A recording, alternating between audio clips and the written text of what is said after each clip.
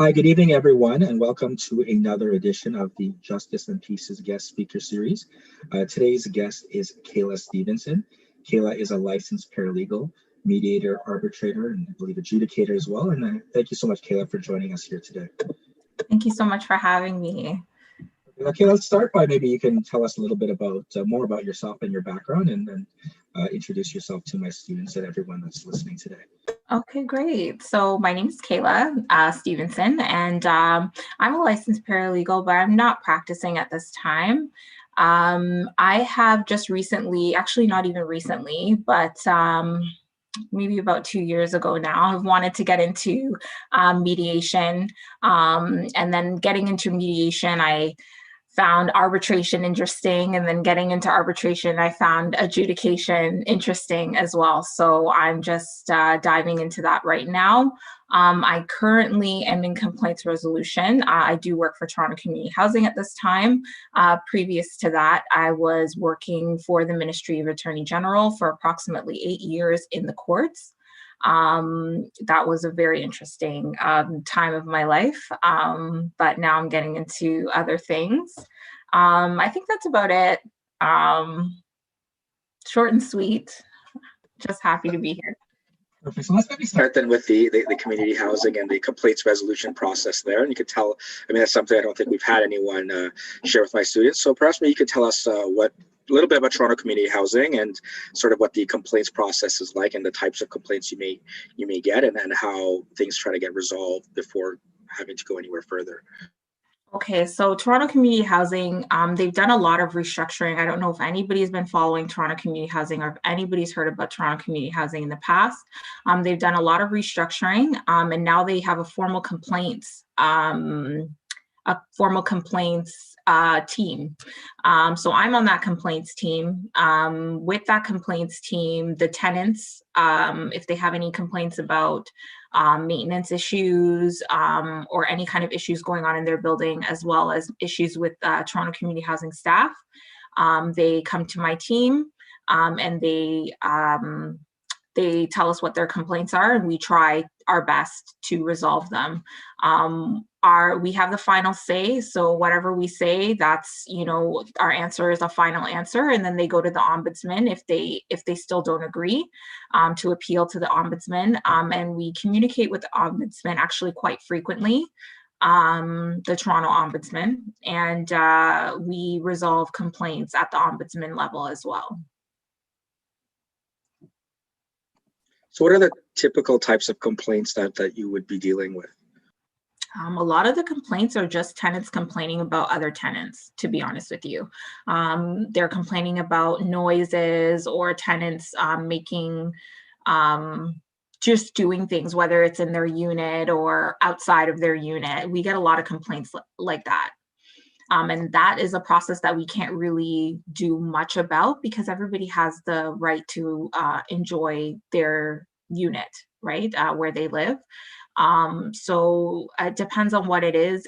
It's tenancy managed. It's called tenancy management, where we deal with the tenants. But due to Freedom of Information and Privacy Act, we cannot let the complaining tenant know about what we're doing to the other tenant. So that kind of causes an issue as well, because they want to know what's going on. If they don't see anything done, they're upset. But we can't, under the Freedom of Information and Privacy Act, we can't let them know what we're doing or not doing. So how do you think, I guess certainly this leads well into your hopeful doing a lot more work in arbitration, mediation, adjudication. So what sort of then 2 years ago piqued you to say, look, I want to get more in on the mediation side, the alternative dispute resolution side? That's a good question. So I loved it when I was in school, and I was in school for paralegal back in 2007. I just love mediation. Mediation was my best class, and I just loved it. But after finishing my schooling, I kind of jumped right into the Attorney General and the court system, and then I kind of lost that because you don't really, the position that I had as a court clerk, I didn't really have that opportunity. So my passion kind of went to the side. And then as I got a little bit older and I realized that, I want to do what I'm passionate about. I want to help people. I want to resolve people's issues, because the judge that was sitting behind me, that's what he or she was doing. And I wanted to do something similar to that. So 2 years ago, I was like, you know what? There's an avenue I can get started. And I started, but then I stopped because life got in the way, and I had to deal with life stuff. And then I had to come back and be like, okay, now I'm passionate again. I want to get this done. I want to get this started. And then getting into that, I was able to say, okay, well, arbitration is kind of the same thing.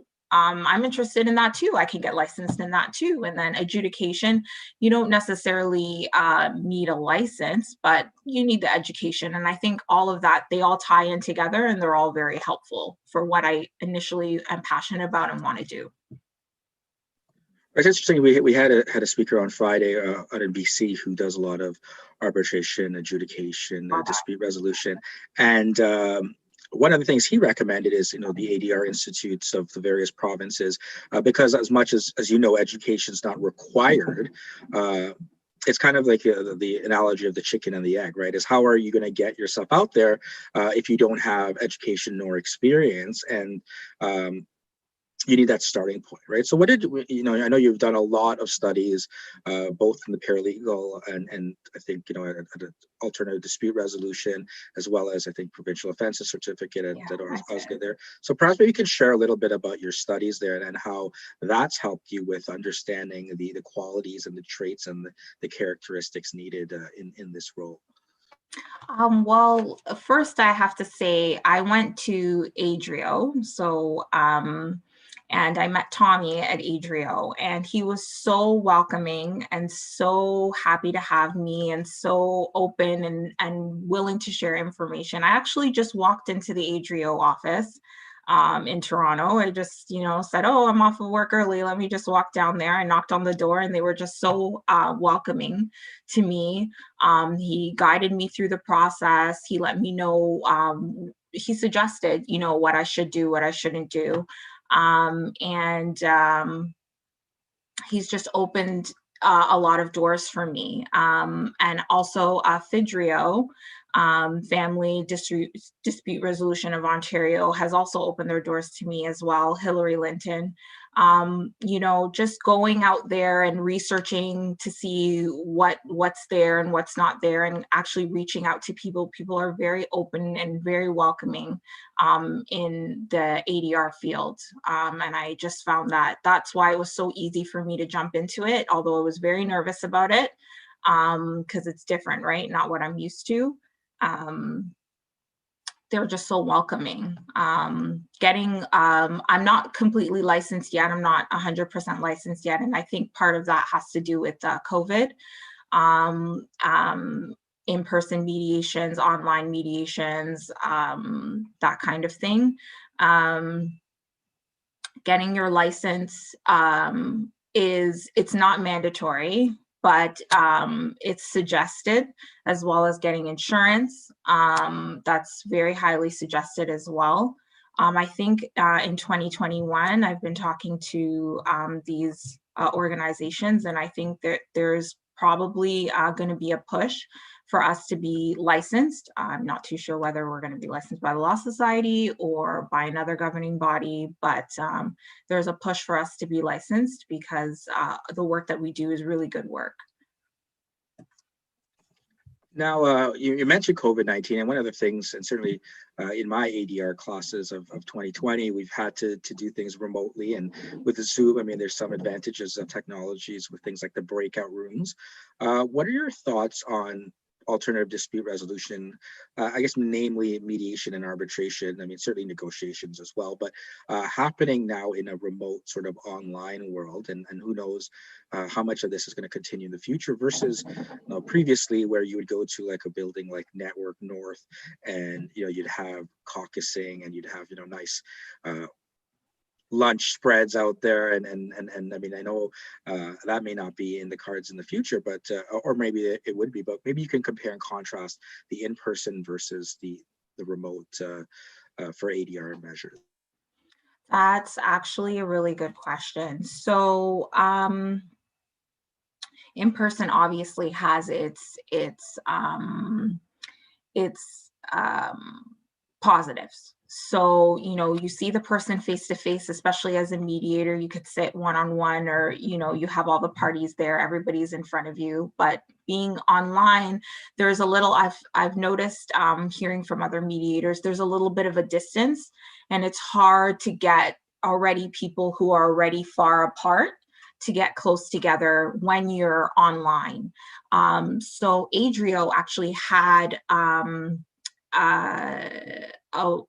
like a webinar session for people to pay and join and learn about overcoming these types of issues with the online ADR movement. So I suggest that, if there are any students or anybody who's interested in ADR and maybe has some kind of issues, to kind of go to Adrio and look and see in the new year and see what kind of classes or courses that they have that can assist with that. Something else that I've probably seen is, the breakout room. So when I was taking training, I did some of my training with Helen Lightstone Mediation. And there was the breakout rooms. They're good and bad, I think. I mean, it depends. I mean, I don't know if the younger generation is more savvy with computers, the older generation is not so much savvy with computers. It's all a learning curve. I think it's a learning curve for everybody. But the breakout rooms, I've heard from some mediators that, some people record. Some people have other people in the room. So I'm sitting here, you can only see me, but I can have somebody else sitting in my living room here listening. That's a privacy kind of thing. I'm not too sure if I have anything else that I can think of off the top of my head, but going forward, I think that whether hopefully we go back to in-person mediations or in-person communications, I still think that being online and being able to be savvy online is very valuable for business. Just one quick thing that came to my head is I can mediate for somebody that's in BC.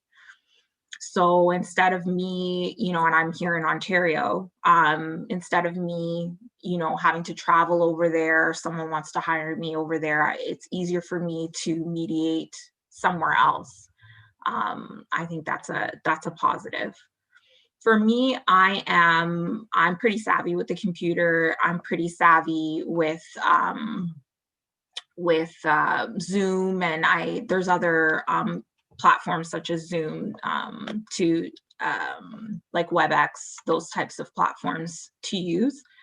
I think that's it. I don't really have much more to add. What do you think in terms of the future there? Are you going to see more kind of maybe hybrid approaches? I mean, certainly you mentioned one of the advantages would be you can take on a matter from BC, or you can adjudicate a matter even potentially beyond Canada, right? But if possible, but other than sort of things like that, I mean, do you see advantages in, for example, not having to book a place in person, right? And the costs that go with that? Do you think that's going to facilitate a greater access to justice? Or are there too many negatives with online things that you highlighted? What if the breakout rooms don't really work properly? People could be in the background. People can be not taking it as seriously. I mean, maybe rather than being in a room sometimes that where there's no distractions, that they're at home where there may be some distractions or whatever. Do you think once we're past COVID-19, it may not necessarily be necessary that we should be continuing with things in a remote environment, or should we be looking to kind of try to fold things back, and or maybe we have like a hybrid approach of some things in person, some things remotely? Okay, thank you for that. So I think in the future that it would be very valuable to have online mediations or adjudications. It just it looks like this is the way that it's going to go. I don't think that it's going to be more online if we're able to go back in person, because I think a lot of people will want that in-person feeling, or that in-person, I want to say vibe. But I think it's, everything has its good and bad, and I think that this online and doing things online, if it can be done, I think that it's a good thing. Now, you'd spent a number of years there in the court system there, working as a clerk. Could you perhaps share, now looking at it in the same lens, like, is this something that we can look at with some of the systems in court? So perhaps maybe you can start by sharing what you were doing there at the Ministry at this as a court clerk, and we can kind of have the same conversation about, can we fold things into more of a remote world, or is this kind of just a temporary measure? Okay, that's a good idea. I was working in the superior courts, so they call them registrars, and then the Ontario courts as well. I was working in the Ontario courts as a clerk. I would do trials. I think one of the most memorable times or moments in my workplace was when I was choosing a jury. So that's a big, long process. I don't know if anybody's been on a jury panel or has been chosen to be in a jury. I think it's an amazing experience. I don't think any of us can do that now that we're either licensed paralegals or on our way to be paralegals, have that kind of history. But if you had the opportunity before to do it, that's great. So what I did was I chose a jury. That's a big, long, huge process that could take several days. And then I would, after the jury's chosen, I would, usher the jury in, let the jury out. Kind of, I'm not too sure if anybody's had seen this experience on the other side, but kind of like it's done on TV a little bit. I did family law as well. So I did family law, I did criminal law, and then I did POA when I was in the Ontario courts. It's a lot of document handling, a lot of judge handling, and it was a really, really good experience. If anybody is looking for a job kind of to get just out of school, I would suggest you go on the Government of Ontario website and look for court clerk or registrar positions.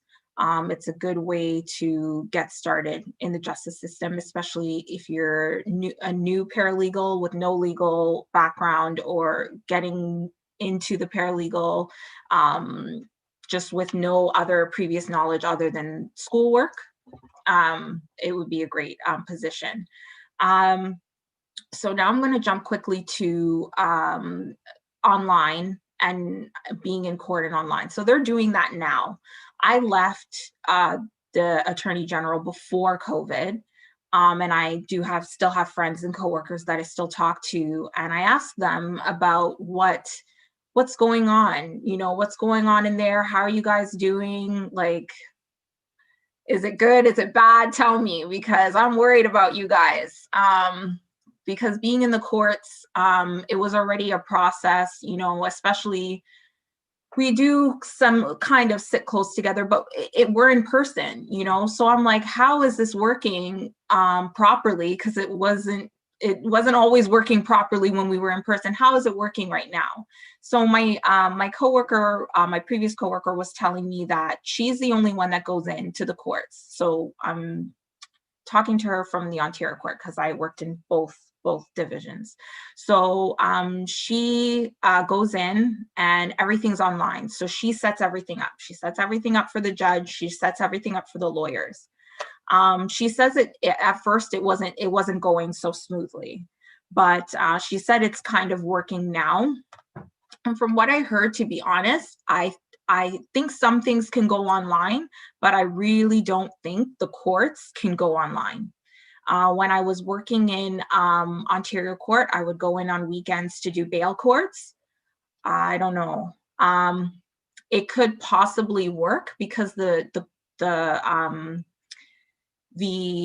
correctional system already has this video conferencing thing, but that takes a long time. So I remember being in the courts and sitting there, and we're waiting for each inmate to come in. Now with COVID, people have to distance. The inmates would be lined up, and then go in. Now with the COVID, I think it would be a little bit longer because they would have to go and get each inmate,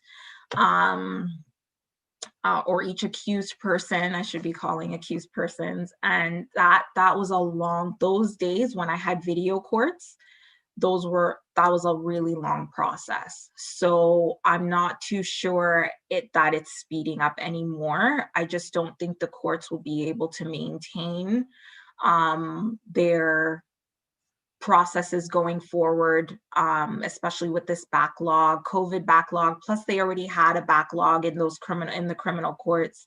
I really don't think Zoom is going to be the future for the courts. I think they got to either figure something else out, or we get back to opening up outside and we can get back to in-person stuff. The courts definitely, in my opinion, they shouldn't be videoed or online at all. I think it's moving now, but I don't think that it would be good going forward. That's an interesting take there. I think certainly perhaps some aspects, maybe like the set date courts could go online, but I mean, a lot of the lawyers and those involved in criminal law suggest, I mean, that you can't really replicate the trial experience online, especially when you're mentioning juries and making sure everyone's there and attentive and following along and understanding what's going on. I mean, and even the witnesses that aren't being aided off camera, like we were talking about in ADR, it would be very hard to in a remote environment compared to in person. Yeah, there's a lot of different aspects of the court system in every, like, criminal, POA, family, every aspect. There's a lot of different things that might work. Some of it might work and some of it might not. It could be integrated, but it definitely can't be 100%, in my opinion. So we're going to kind of go back, and we started talking a little bit about at the beginning, but again, I think it's a very interesting and certainly probably very, for the students here, very inspirational, because a lot of them come back, and maybe you can think back to some of the students in your class. They may be coming from a different career altogether, or coming to school after working in a field. And in your case, you've done that probably a few different times now, right? Coming back and say, okay, I want to enhance my education for this piece. Now I want to do this piece. I got to go back and get some more training, or certainly the ADRIO or FDRIO as well there. So what kind of brought you into, and I think maybe you can share with my students who may be thinking, okay, now I finished my paralegal program, or I'm about to finish my paralegal program. I'm not sure if I want to get licensed, or I want to get licensed, but I'm not sure I want to practice. How to continue on and not feel that time is running, let's say, and the more school you get into, the more things are maybe being put on pause. Okay. So this kind of hits home a little bit because I didn't get licensed right away after I finished school, and I didn't know what I wanted to do. And I was here, there, everywhere. I wanted to get a good job. I wanted to, all of this stuff. It was all over the place when I was younger. But I suggest that, you follow your passion. Not everybody, is passionate about criminal law. And taking the paralegal course, I learned that there's more than one law, and there's more than one aspect of things to do. Find what you're passionate about and go that way.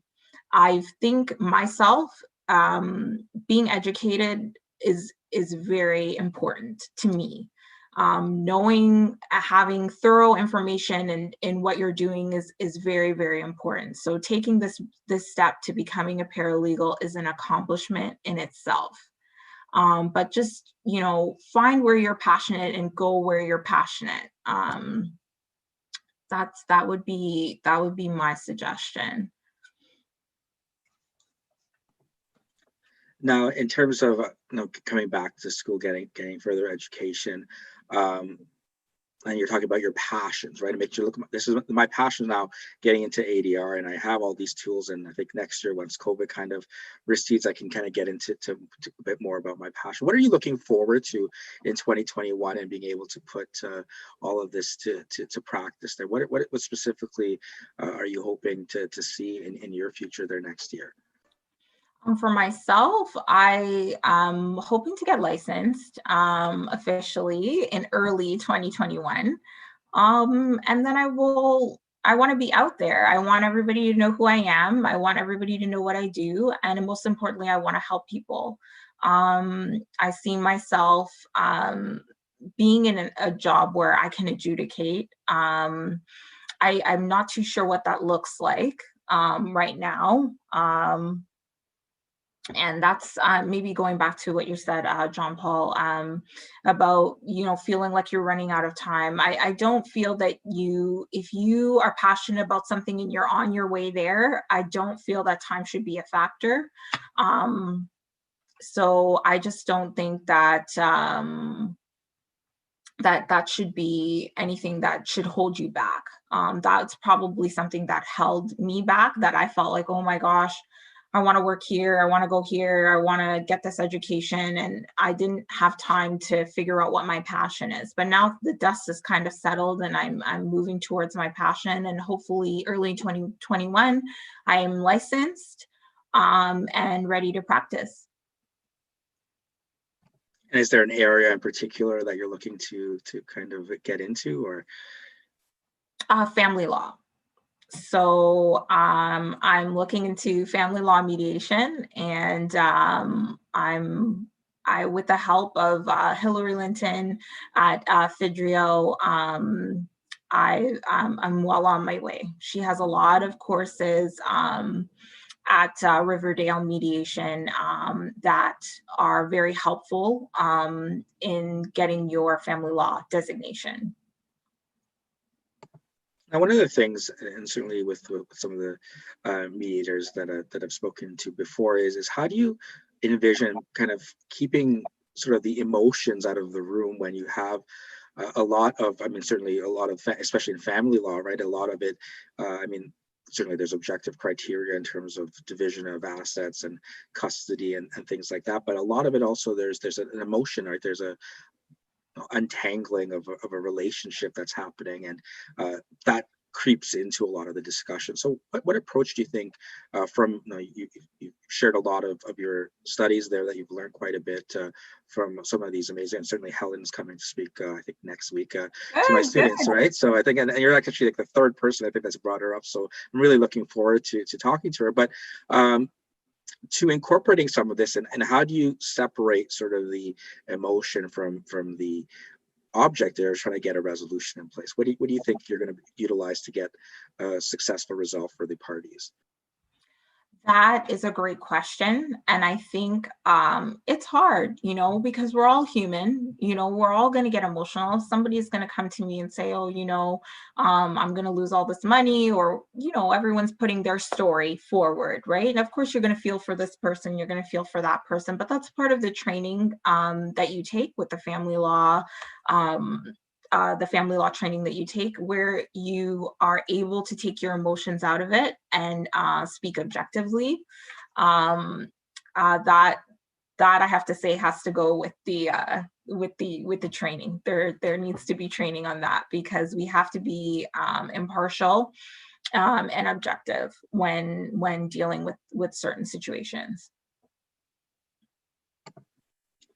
Perfect. And one of the things we've been talking about I think we're almost at closing in on 200 people here in 2020, is diversity in our profession, right? And I think certainly, I know you share often on LinkedIn, there are various links to things in respect of diversity. And I wanted to sort of get your take on, especially as you pursue a position as a mediator or adjudicator or arbitrator. I mean, all of these are traditionally roles that we don't see a lot of diversity in. And I think it's very admirable, and I'm really applaud that you're taking on this role there, because we should see more people that look like you, look like me, look like a lot of the students I have in my class. And I was wondering maybe if you can share sort of your experience with that, and what that means to you in terms of getting into a position like this down the road. Thank you for that. So, there is a lot of those types of conversations happening right now in the world, in certain positions where there's a domination of a certain type of race that are in certain positions. I think that me pushing for these types of positions for myself, and others as well, I think it's a really good thing. There needs to be more diversity in every role, mediation, adjudication, arbitration. I am on the Race Equity and Advisory Committee for the for legal aid, and the ACLCO, which is the Association of Legal Clinics of Ontario. So what my committee does is all of the legal clinics in Ontario, we're going to be providing an anti-Black racism directorate for those for the legal clinics. We have about 2 years to get started, and I just joined just earlier this year. So I'm doing a lot of these types of movements in my community. I also am on the chair of the North Peel and Dufferin Community Legal Clinic, on their board of directors. And this is North Peel and Dufferin, for those who don't know, is servicing Brampton, Caledon, and yes, Brampton and Caledon, sorry. And I think that these are great movements forward for people like myself, that are in these positions, that are to represent people that look like me. Now, do you think certainly that's going to play an impact? I think when you have issues with mediation, for example, that it helps that when people are looking in the room, that they see that, look, there's someone might have a similar perspective, right? And I think sometimes that gets lost when you can't relate to the people that are involved in the process. And what, in terms of, maybe you can expand more on the different roles that you just mentioned there that you're hoping to see as certainly we're seeing a lot of progress in the last few years, but again, we can rest on what we've moved a little bit when there's so much more to continue growing and seeing more diversity. And again, it's not necessarily just simply on race or for more women in terms of representation. I mean, there's all in terms of people with disabilities, right? I mean, we're talking about Zoom. What if, and I'm wearing my headphones here, but if, like, someone could be deaf, right? And how can they be participating in a process? Like, what are we looking at and encompassing everyone, and people of Indigenous people, right, age, right? I mean, technology sometimes, and people are in remote environments that they don't have the same access, right, in terms of funding for things like that. So, I mean, anything more you can add as we look at trying to be more inclusive of everyone here in the ADR process, as well as, I mean, just the general litigation process that it comes up in both your experience, certainly with the courts there, and now getting into ADR as well. I think it's very important for everybody to be inclusive of everybody, and everybody to have the knowledge for that. So it's not just about, anti-Black racism, it's an Indigenous, like you said, it's about people that have, special needs. I think it's important that everybody is educated on being inclusive with everything. Perfect. Let's see if there's any questions from the students here as well. A few in the chat.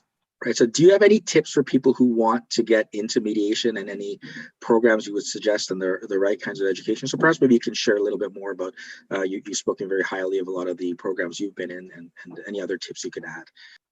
Right. So thank you, Kevin, for your question. So if you want to get into mediation, Adrio is the way to go to get started. If you're into family mediation, Fidrio. So ADRIO. And Fidrio, FIDRO. Those are the two associations that you should connect with. They give you, it's not only that, I think York University has an alternative dispute program. I think Humber has an alternative dispute program. There's a certain number of hours that you need to get in order to get licensed. And then there's a few other things. There's a test, and you have to have 2 mediations. You could start also with Helen Lightstone has mediation courses, Riverdale mediation. Those 2 I definitely would promote for mediation. Thanks. So another question that I often get is about networking and marketing and promoting yourself, right? And I think certainly whether it's in your alternative dispute resolution services, or as a paralegal getting clients, or just generally connecting with people in the profession, what would you recommend in terms of building a network and promoting yourself and building your own brand? A lot of hard work. It's a lot of hard work to constantly promote yourself and get yourself out there. Networking, I think, is amazing. So LinkedIn, I think, I'm on LinkedIn before I'm on anything else. Like LinkedIn is where it's at. I suggest that you, anybody who's interested in doing this, to get a photo on LinkedIn, get your education on LinkedIn, get your everything you want to do on LinkedIn, and start following people who you where you see yourself. So if you see yourself being a family mediator, look in the search bar for family mediators and start adding people. Introduce yourself to people. I'm very open to having conversations with people and talking to people. People inbox me and ask me for information. I'm very open for that. And there's a lot of people that are open for that. So get yourself out there by, getting yourself some social media, and connect with people, reach out to people. You'll definitely be successful that way. Perfect. So, Kayla, thank you so much for taking the time and joining us here this evening. I was wondering if you have any final words of wisdom for my paralegal students as they look to get into the legal profession, and anything further you wish to add. And thank you so much for joining us again today. Thank you. So I want to thank you as well as Roselle for, I hope I'm pronouncing your name right, for inviting me here this evening. I want to say that becoming a paralegal is great, and you all that are doing this is it. This is great, and there's a lot of things that are happening for paralegals. When I started, we weren't even licensed. When I started going to school, we weren't even licensed, and there's a lot of things that have happened in the last 10 or 11 years since. So, and there's a lot more things happening. I just I want everyone to, I wish I had, like, I'm speaking to a younger me right now. Do what you're passionate about. If you're passionate about something, go for it. Ask questions, go talk to people who are involved in what you're passionate about, and just go for it. It'll make your life so much better just doing something that you're passionate about. I also recommend that you volunteer. Reach out to Adrio, reach out to Fidrio, reach out to community legal clinics and volunteer. Assist people. Ask, like, if you have something, if you're tech savvy or if you're savvy with something else, just offer your experience and expertise to other people that can need your help. Volunteering will also help you get out there. Like I was saying before, reach out, ask for advice. I'm available. My name, Kayla M. Stephenson. You can find me on social media, Twitter, Instagram, and LinkedIn. Reach out to me, even if you have a question, if you have someone that you would like me to direct you to, because I'm taking the advice that I'm giving you, I have a lot of people. Like, I know a lot of people, I have a lot of connections, and I have had a lot of employment experience in the past where I know people who know people. So if you need anything, reach out to me. And I just want to thank you all for having me here this evening. And I look forward to seeing everyone in 2021. Perfect. Thanks so much again, Kayla. I wish you all the best as you continue on your journey there. And then perhaps one day some of my students will be appearing before you for mediation. Sounds good. Thank you so Take much. care. Bye, everyone. Thank you so much, Kayla. Have a great day. Thank you, Roxana. Bye. Bye, everyone.